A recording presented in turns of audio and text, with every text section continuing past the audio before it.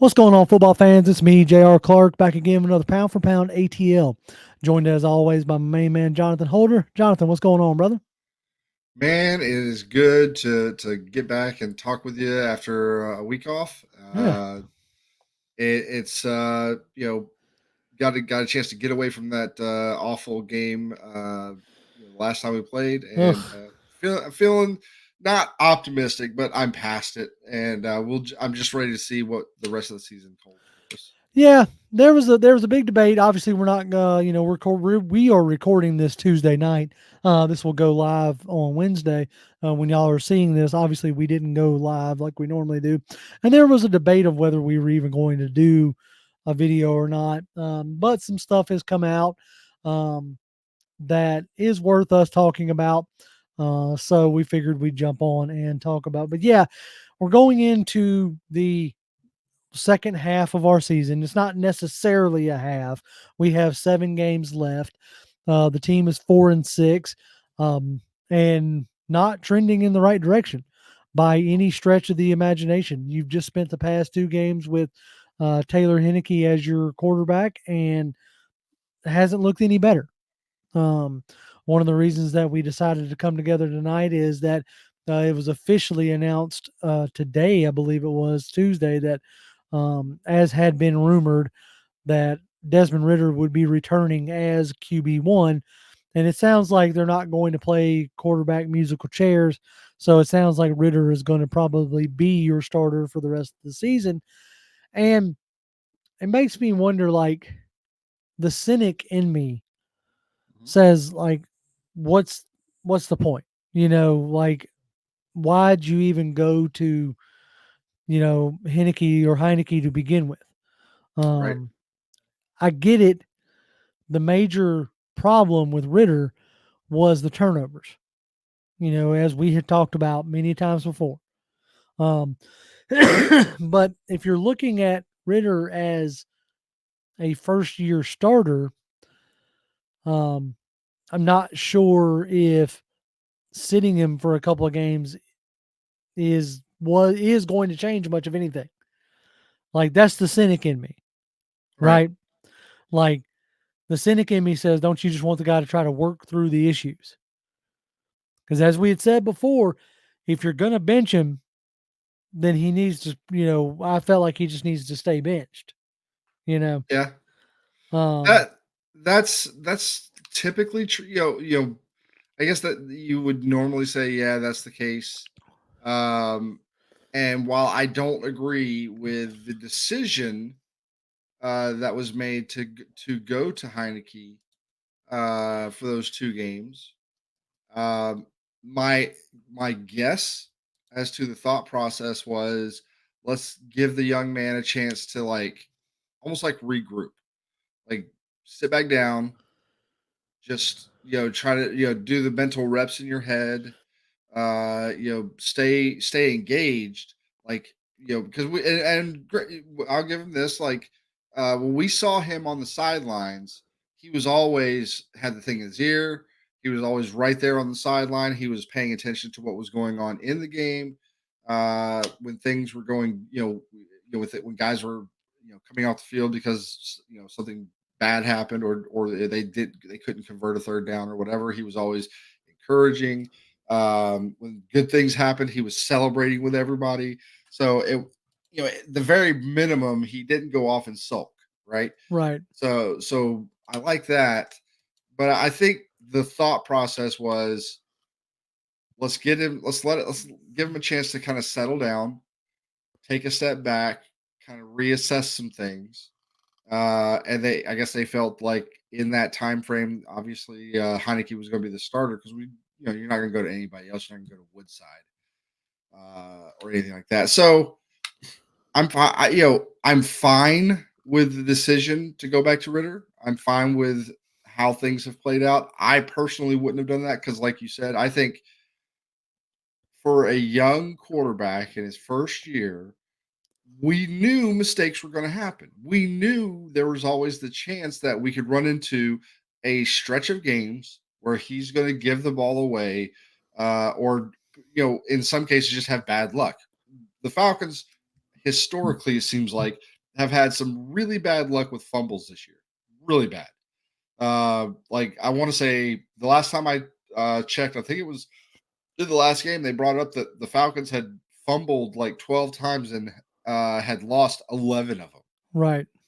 which is far more than the norm for the average NFL team. Like average NFL team probably have 12 fumbles, probably lose 6.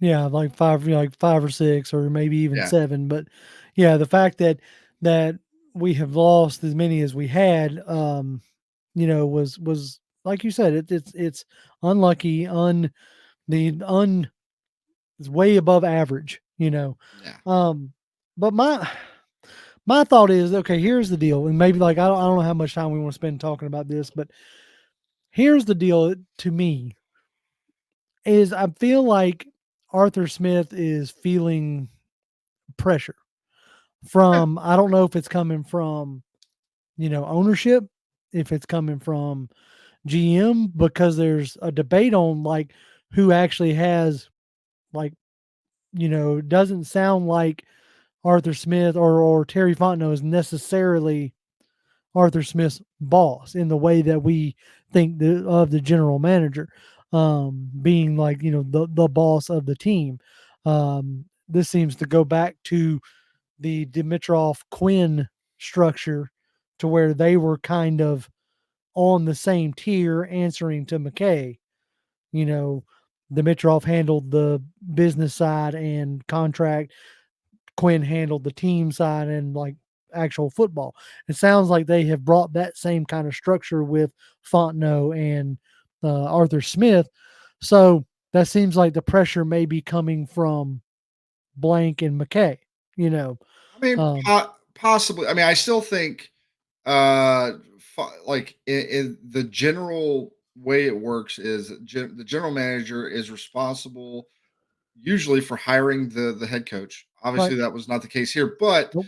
they both knew who they were, the potential people they were going to work for, and they were fine. They would have had to have been fine with anybody they're working with. So the people that are like, you know, Terry was or Arthur wasn't Terry's guy, and I, like that that I every right. yeah, Look, Terry accepted the job knowing Arthur yeah, was the coach. So that part, no, they may not be married together mhm, in a sense. You may still be able to walk away from Smith and keep Fontenot.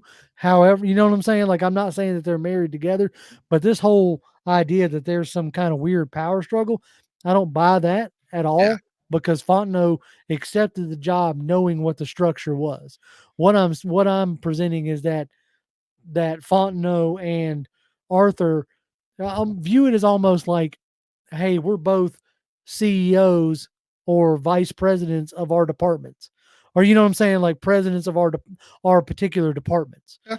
And and that that's kind of that the way I view it.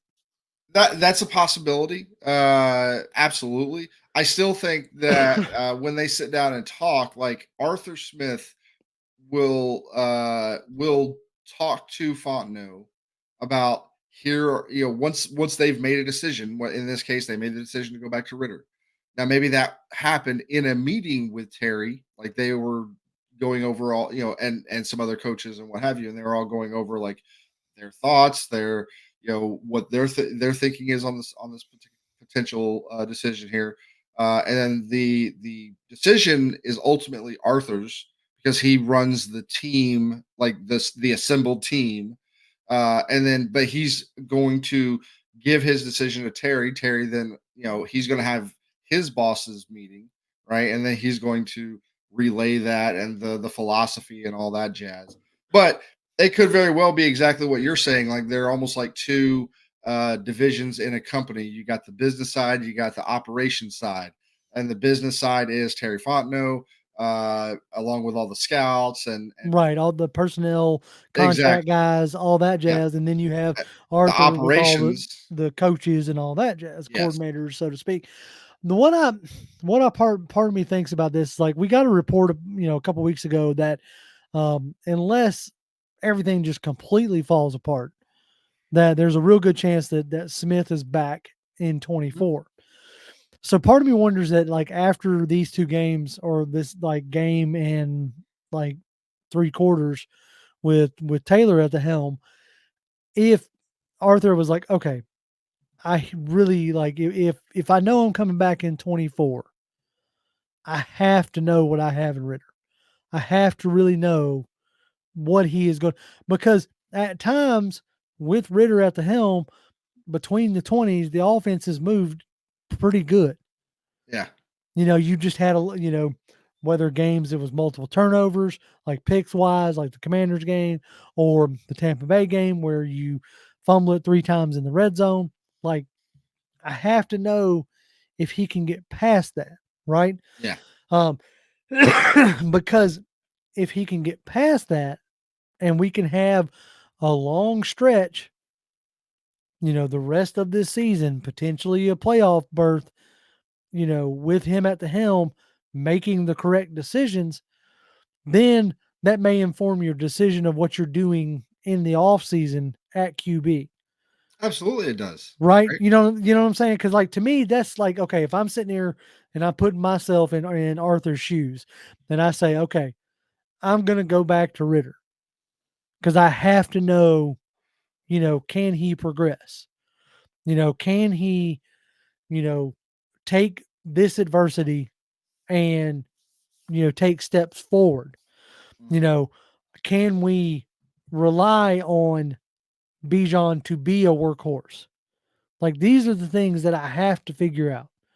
Is Kyle Pitts like a shell of himself?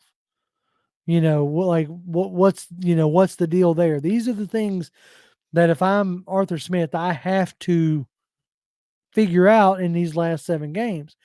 Because if you have hopes of going into the playoffs, you got to win this game coming up on Sunday. Yes. Like if I think I saw something like if we lose on Sunday, our chances of making the playoffs like pretty much evaporate. I mean, they won't And because you never know what'll happen. But yes, the percentages or whatever they drop low enough to where it's like, it's looking pretty doubtful. Um, like you said, I agree absolutely, but again, I agree so much that I'm like, he never should have been pulled. Like he never should, short of an injury. Okay, now and that's what he was. I think that's what he was originally pulled for. yeah, because he was it was like fear of concussion or whatever. Right. They were being So, cautious. and totally fine with that. Like, if an injury happens, okay, fine. But he should have never come out because I mean, like, based on his performance this year, and if you look at another guy, I'll pull out of the hat here, Josh Allen. Like that dude has turned the ball over something bad this year. Hmm. Are you and yes, I understand what people are gonna say. They're gonna say, well, Josh Allen has shown in the past that he's been something else, right? He's shown us that he could be this great quarterback. And we haven't seen that. But again, like just like you bring up a minor leaguer, doesn't matter how highly touted a minor leaguer he is, whether we're talking a pitcher or position player in Major League Baseball, like when you bring him up, a lot of times those guys struggle early on with like especially when it comes to like the breaking stuff, the sliders and all that jazz. Like they have a really hard time adjusting to major league pitching, and sometimes it can take a little bit longer. Some guys come out of the chute just on fire, Hmm. and then cool off because now everybody gets tape on them and they can see here's where the holes in his swing are, so we're going to go after this. And then it's on the batter to the player to see what they're doing and make adjustments to that, and so forth and so forth. So I wanted to see them give him the chance to uh to swing through the yips, right? Right. Yeah. Like like just let him keep or a basketball player that's gone your shooter who's gone cold. How do you get a shooter out of a slump? You let him Keep shoot. shooting. You Yeah. just You keep got to keep shooting. shooting.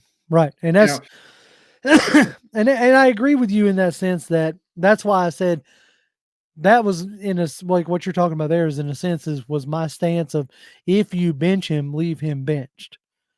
To yeah. me, if you bench him for performance reasons, then leave him there because at this point in the season, if you're saying, "Oh, he ain't the guy," then let him not be the guy.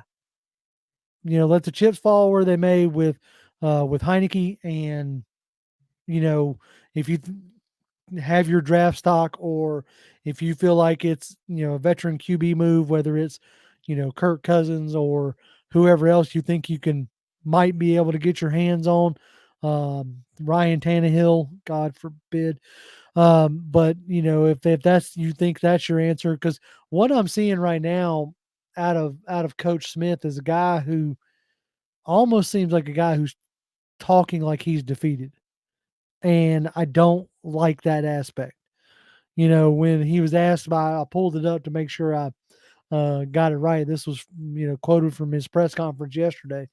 Says, you know, somebody asked him what are the keys going forward or whatever, like keys for success. He says his answer is the key for us is that we just have to get a win. We need a win. He's not wrong, but that's it almost sounds like a quote of desperation. And I know this sounds so stupid.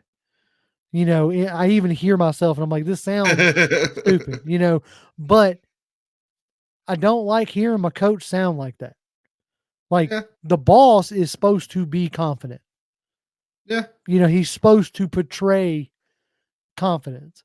I get it. We like to get on Smith because he, you know, with his, somewhat brash, abrasive, attitude towards media. Fine. If that's the way you're going to be, just be that. You know what I'm saying? Like, and some people were like, oh, well, finally he's getting to be, humbled or whatever. Okay, fine, whatever. I don't know. It just does not send the right signals to me.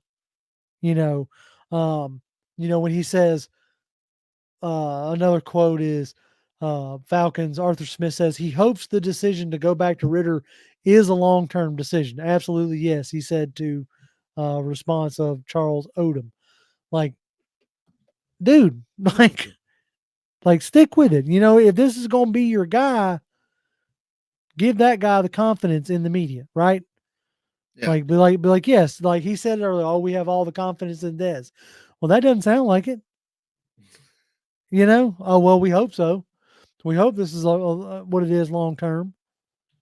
And so it's just right now, I'm not really liking or enjoying what I'm hearing coming from, the head coach, the one who's supposed to be because like this is it's top down. You know what I'm saying? The players start to take on the identity of the head coach. How many times do we say that? You know, go listen to Dan Campbell up there in Detroit. He's biting kneecaps and all, like, we make jokes about it or whatever, but he's turned that team into a hard nosed team. They've taken on his identity. And I don't like the almost sullen nature that Arthur Smith has had in this 3-game stretch.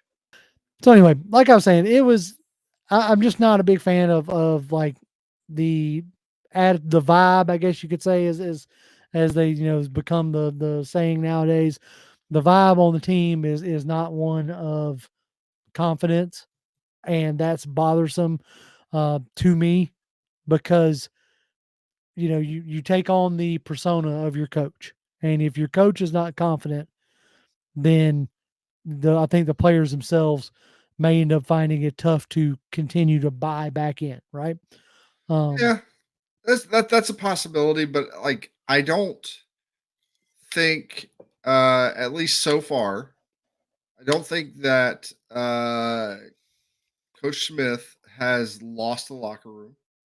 Um, I think that I know a lot of people are going to point towards like the Drake London post Comments, game yeah, thing where he's just like, like we broke him or Arthur Smith broke him, and it's like that. Like again, the problem is that not one. There's not one thing about the game, especially the last 3 games. There's not any one thing that you could point at and say for sure, like that was the thing. Like there's right, always it always comes down to multiple things and multiple parts of the team are at fault. Okay, so now up to the last 2 games, the defense has been balling. And then the last couple games they've kind of Yeah, fallen back. But since you've lost Grady, um, well, Grady, you've and then I had know last game he had Onyemata was out, so you yep, had your Onyemata was out as well. just two So big horses. right. So, I mean, the bye week came at a good time in that sense. So hopefully, Onyemata comes back healthy, and you can get a little bit more of a tandem with him and Catavia Street going. I know AJ has had some rough patches, but he had a decent game against Arizona. So hopefully that secondary can get back into being like a strong suit. Leading into this game on Sunday, it sounds like it might be a mix of Jameis Winston and Tyson Hill for the Saints.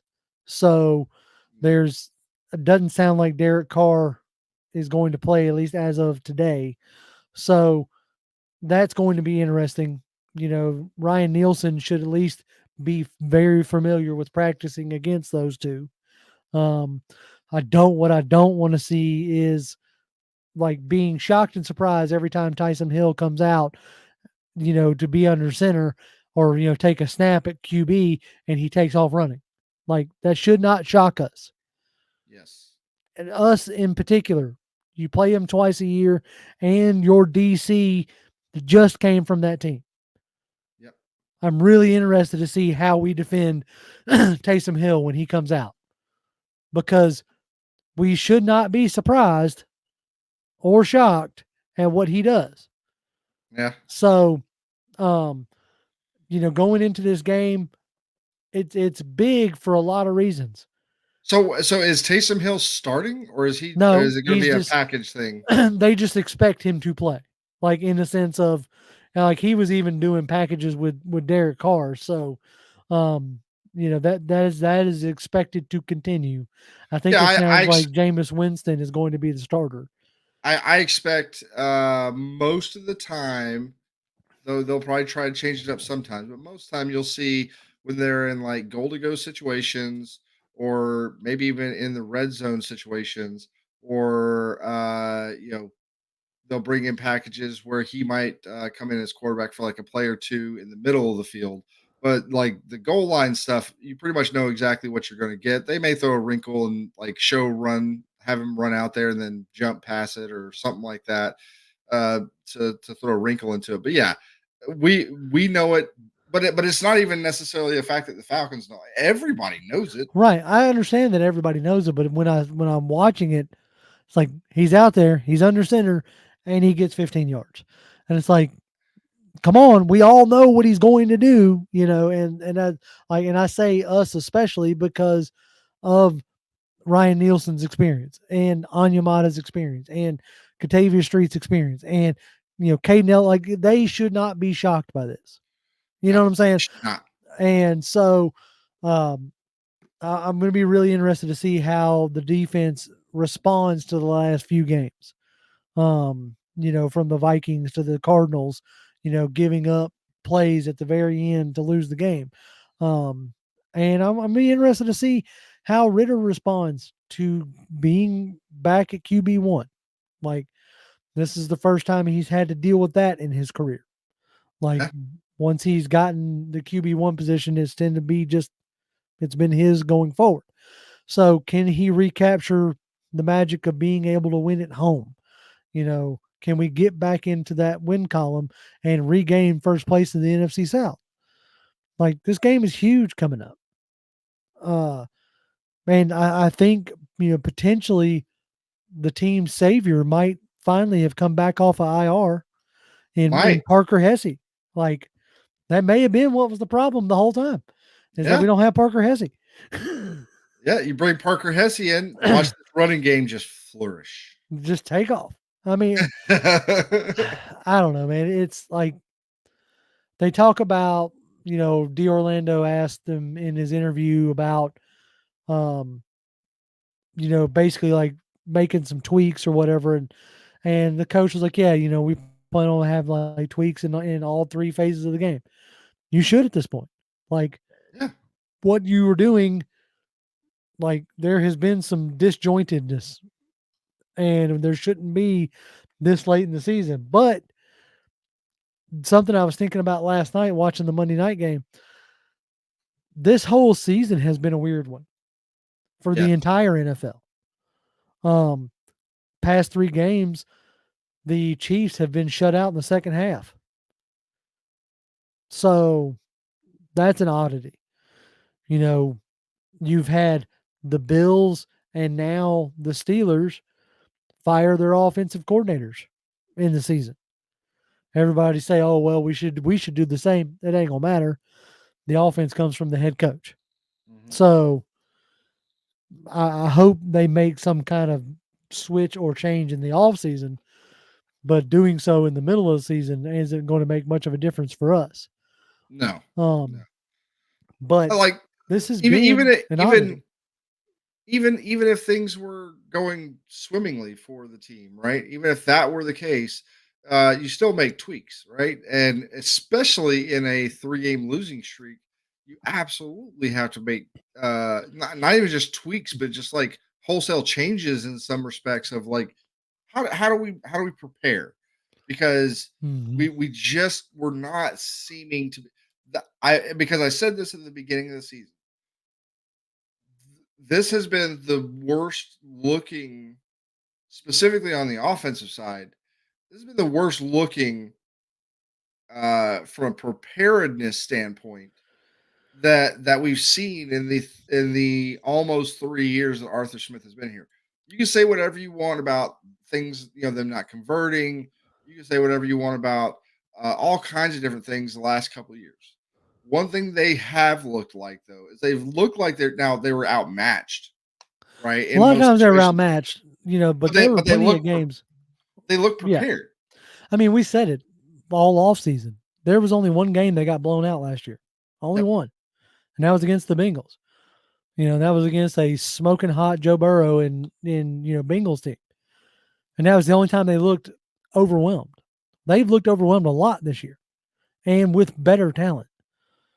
So I don't know if it's just an idea of okay, things should have been working better and they're not. But there better been some major soul searching in this bye week. Yeah. And there should be a much different game plan going forward, whether it's preparedness, whether it's the types of plays you're calling. There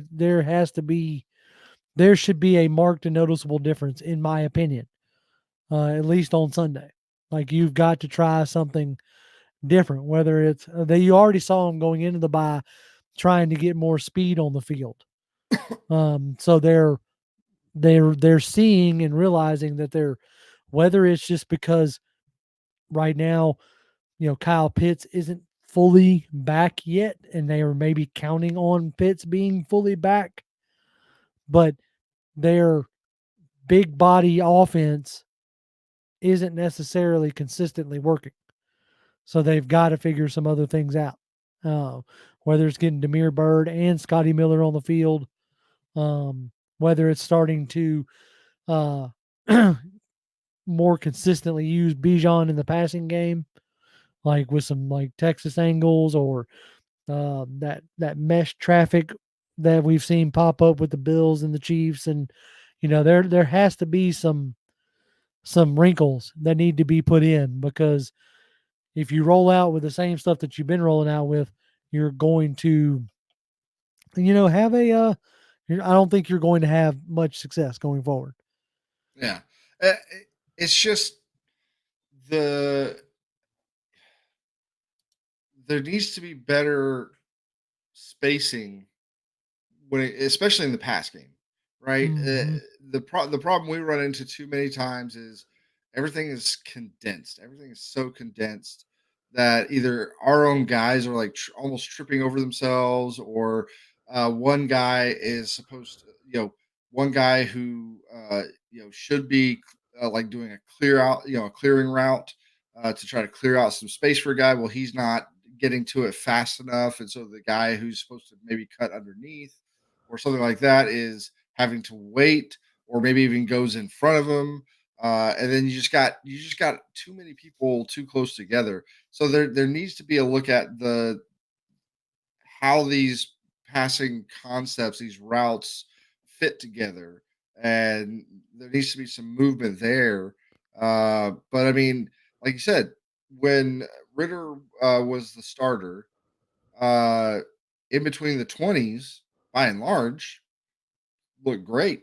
It was just once he got inside the red zones that things started to break down a bit. Which, hey, I will say this: if you want to talk about where's the hardest part of the field in the NFL to score in, it's the red zone for a Yeah, reason.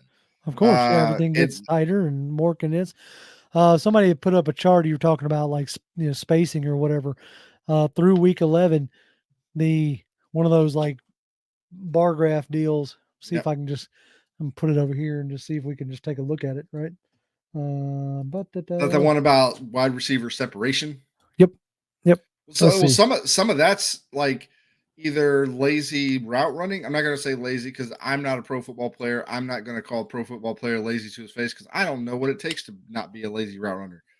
But that's either bad route running, where guys are not flattening out properly. Maybe they're drifting upfield on stuff, Hmm. or they're just not fast enough. In some cases, they're just not quick enough to get to create that separation. So on this diagram, you got throws to open receivers, average receiver separation. Hmm. There's Ritter right there, and it's like there's only a handful of guys who are worse.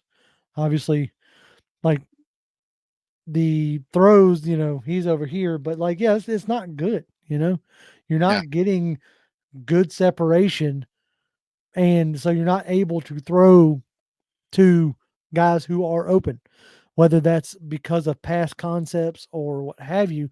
They have to revisit this stuff because right now, the what I described when Arthur Smith first got here, what you saw in Tennessee was guys who were running through what I called running through mud to open grass. Well, they're not getting to open grass. Yep. They're getting stuck in that mud. So they've got to come up with something different. They got to come up with a different idea on how to get those guys to that open grass. Because it's crucial at this point. But Yeah. anyway, Like hopefully Parker Hesse's the key. I mean, we've so far we've played this season without him. So obviously, when he gets put back in the rotation, things are going to get better. That's just the way things work. Mhm. But yeah, like I hope I would love to see Ritter come out and kind of like have a tale of two halves kind of situation. Maybe Yeah. for this year only, let's actually have what everybody has talked about, which is like later in the game, later in the season in his collegiate career, as like the season and the games, the games themselves, but then also as the season went along, he would get better and better and better as the season went along. My hope is that that's the case here. Um, because regardless of whether you think he's the future, not the future, or not, doesn't really matter at this point. The future's not here yet. Okay, the future will get here eventually. That's what it does, but it doesn't do. It's not here right now. Right now, in the present, we need Ritter to play better.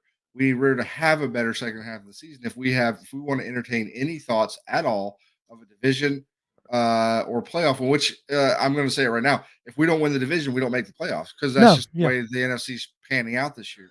right. So Like you're going to have to win that. 9 wins isn't going to do it.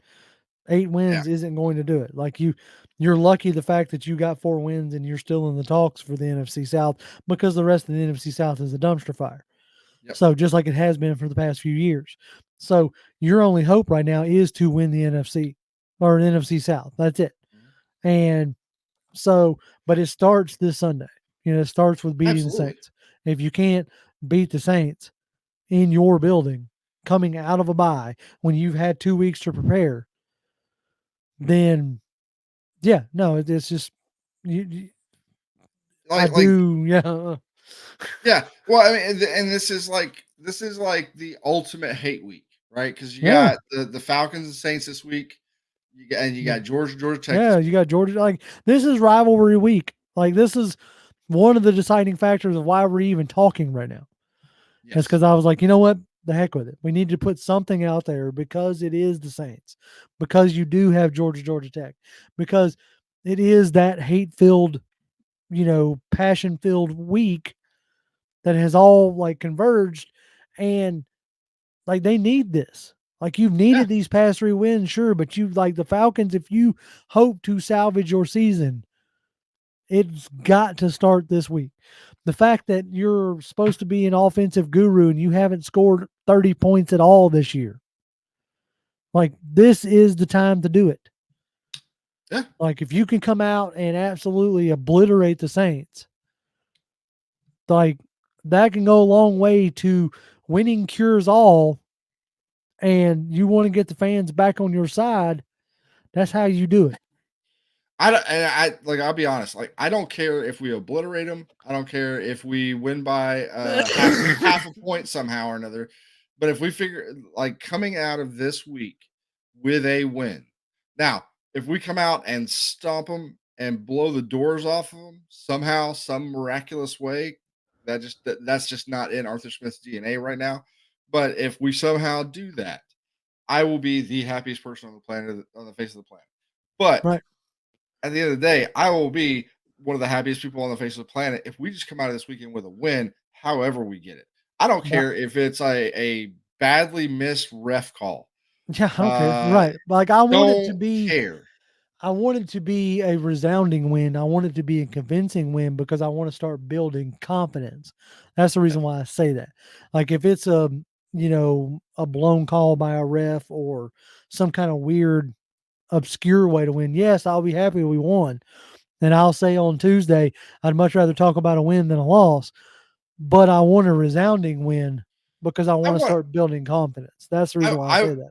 I want a win that we could look at and say this is a win from last year. Okay? Like a win from last year when we won, it was we played hard, we looked prepared, and we made the plays that we needed to make at the end of the game to win the game.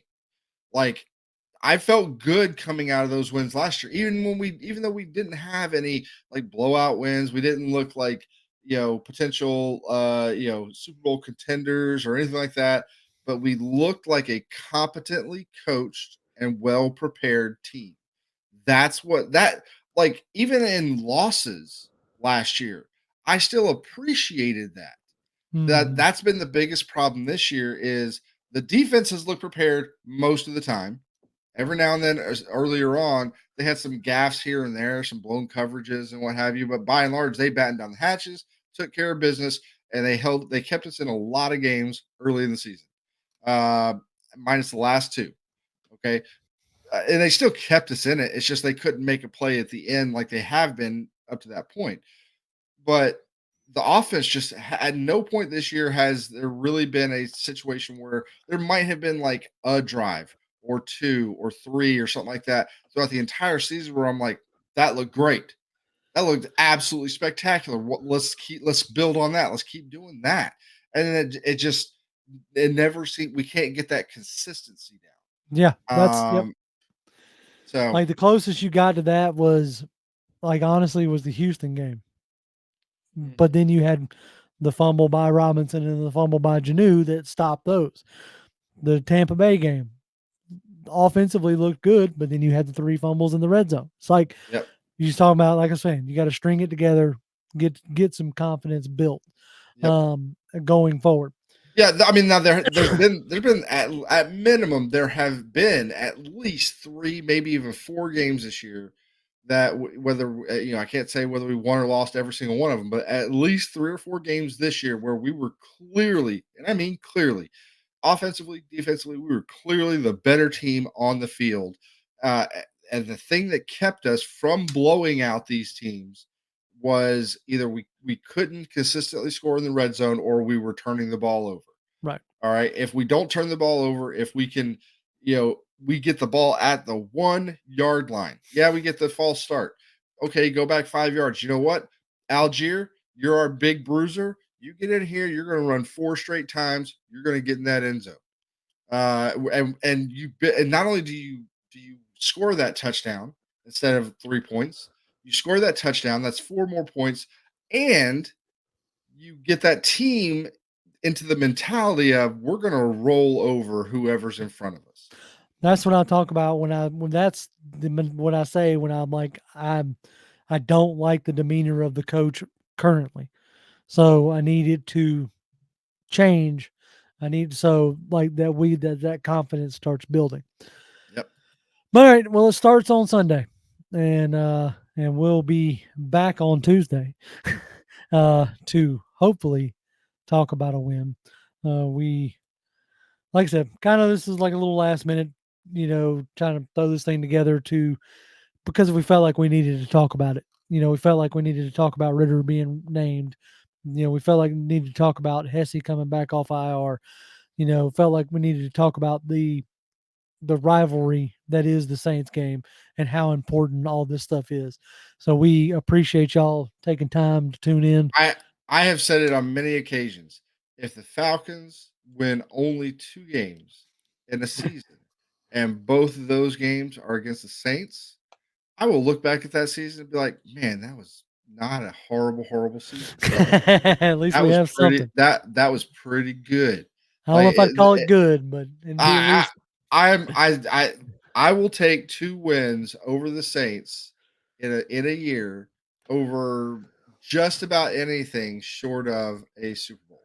I'll say this. I'll put it to you like this. If we're gonna have a losing season and we're only gonna have a handful of wins, I at least want them to be over the Saints. Yes. And that's the where that lies. I want a winning season. I want to be in playoff contention. I want to be talked about. But if we're gonna have a losing season, I at least want my wins to be over the Saints. So if we're only gonna have 6 or 7 wins, I want 2 of them to be over New Orleans. And that starts this Sunday. We hope y'all join us on Tuesday as we'll be back live, back to our normal schedule, 7 p.m. Eastern on a Tuesday. Come join me, Jonathan, Toby, jump in, chat with us. But like I said, we appreciate y'all joining us tonight or I can't wait whenever to you. get I can't wait to get back to chat. I haven't talked to him and it'll be almost 3 weeks since the last time I talked to him. That So they'll be chomping at the bits as well, I'm sure. As always, folks, y'all can follow me on Twitter. I'm at Grim1128. Toby is at TobyD1991. Jonathan, at Jonathan M. Holder, come by say hi. there you go. And yeah, like I said, keep your eye on the channel. We'll be back live on Tuesday. As always, Falcons fans, rise up. Rise up.